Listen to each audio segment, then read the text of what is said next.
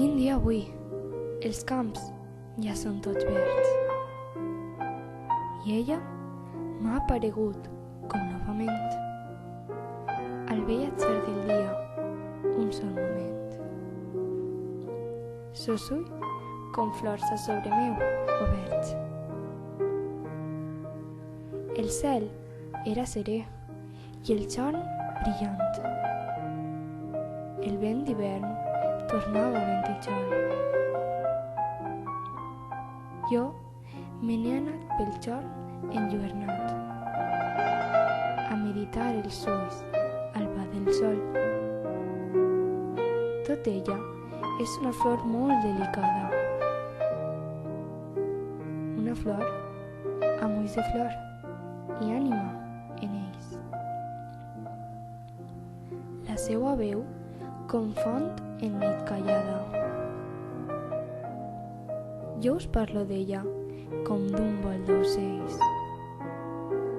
que us fa mirar al cel blau sense violència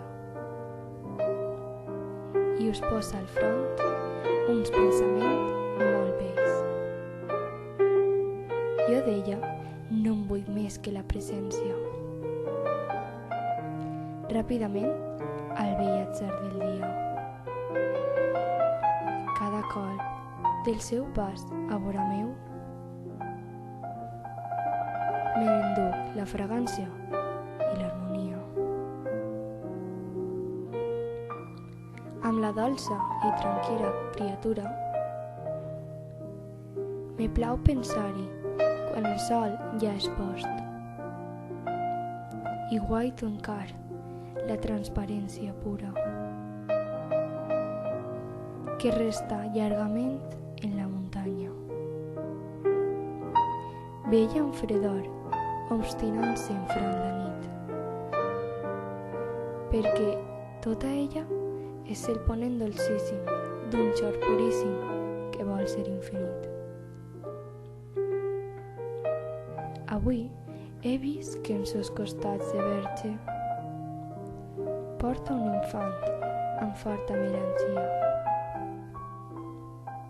que he vist al fons dels seus grans ulls de verge.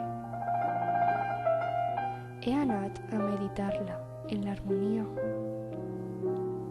de ressons musicals plens d'una queixa. Estava núvol, però s'ha alçat el dia. Ella porta un infant en sos costats